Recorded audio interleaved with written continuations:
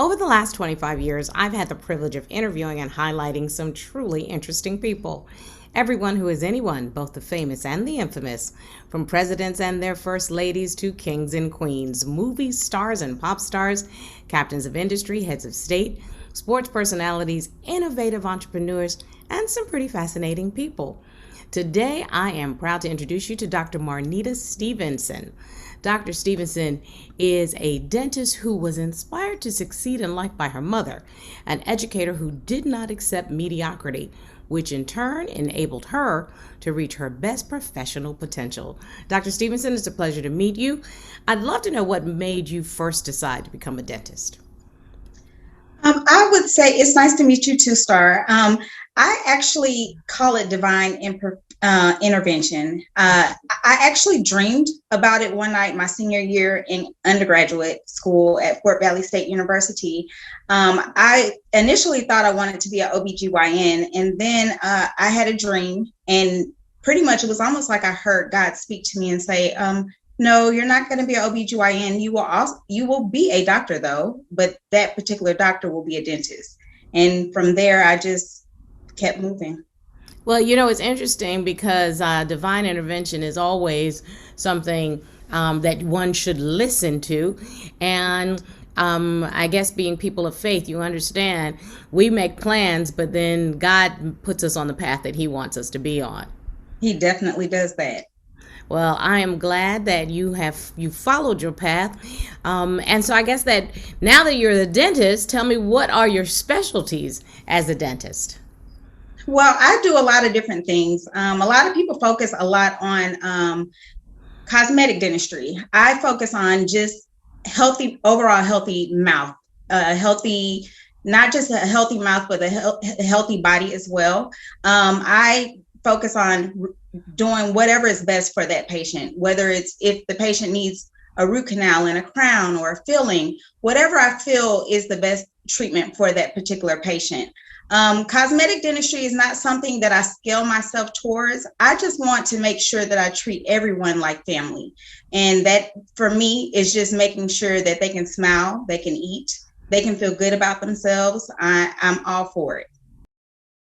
Well, that sounds like the kind of dentist that we all need, someone who is really interested in the whole patient. And I know my dentist has told me many times that your tooth health is really a foundation for your overall health. And I don't think that people realize that. That is absolutely true. You need to keep your dentist. That's for sure.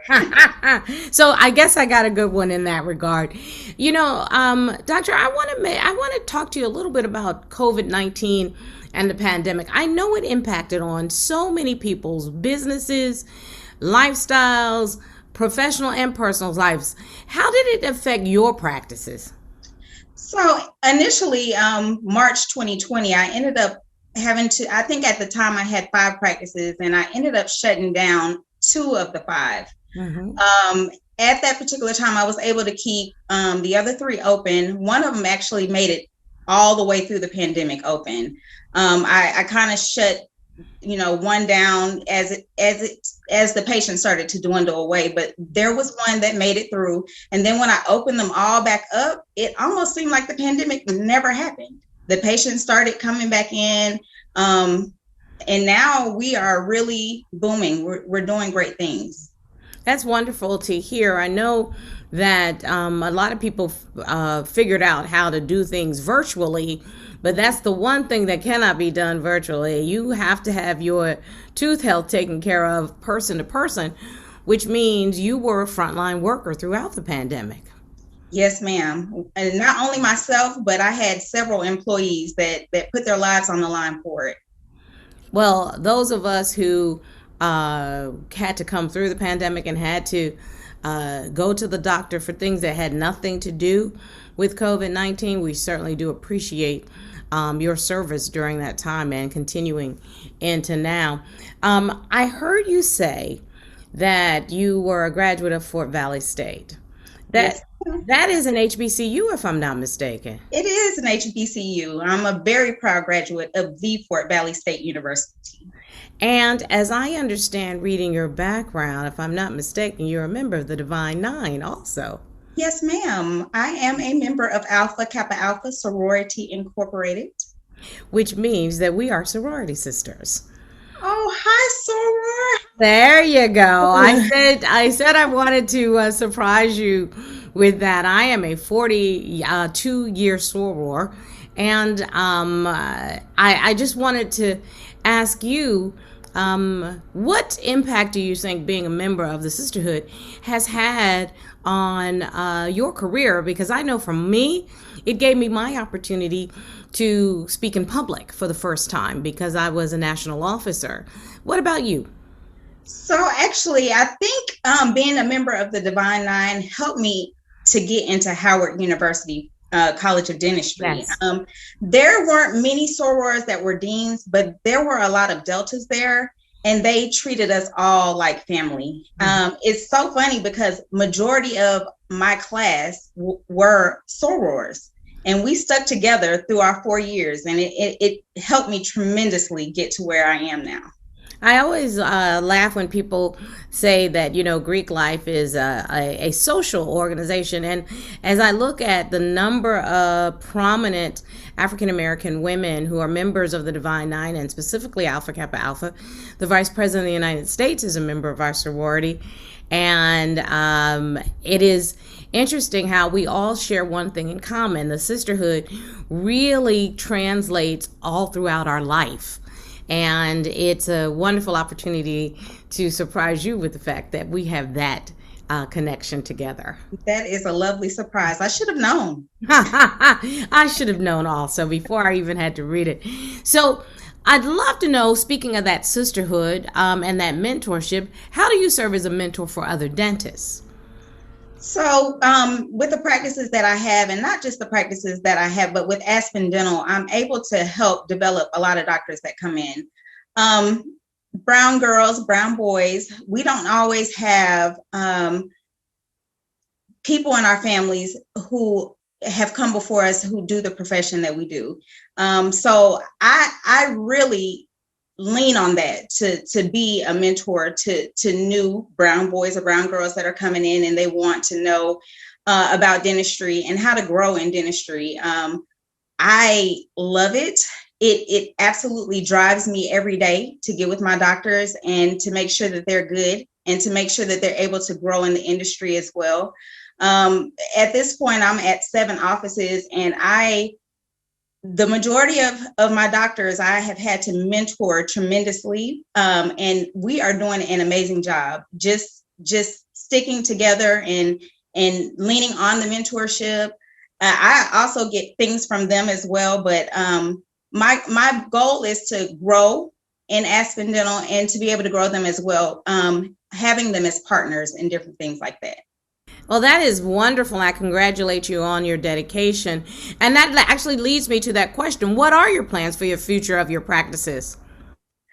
So the sky is the limit. I started with 1. I'm at 7. Before the end of the year, I should have 9.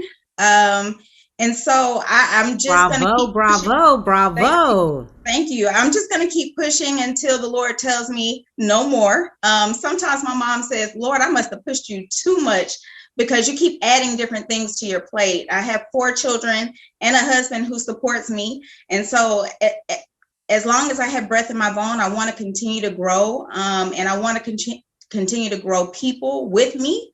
And so I think that is the only way to do it. I asked you all the questions about your professional life. I didn't talk to you at all about personal life. What impact does having a supportive husband and a family around you that loves you, what impact does that have on your ability to succeed? Boy, that is the biggest piece of the pie that helps me and keeps me motivated and keeps me pushing. With my husband and my kids, they already know. Like last week, I was in Chicago for the whole week, doing some type of leadership stuff for me so that I could be better for my team as well. And they see the luggage or they see, me getting ready to walk out and they're like, Mom, you're going to work. Okay, we'll see you, and they give me that thumbs up. It's amazing because a lot of kids actually really need their mothers like this. My kids are so on point that they can keep me on point at this point. Even my the youngest, she's 11. She can cook, clean, and do everything. I'm just thankful, very grateful for it. Something tells me you're raising some children that are going to be self-sufficient and extremely successful in their own right. So I guess finally, what's the one thing that you'd like the viewer of the video feature to walk away with? I think for me, just decide what you want to do and keep pushing, because there were a lot of people that told me that I couldn't do it. And I just kept pushing and pushing and pushing. And not only am I doing it, I'm going to bring people with me.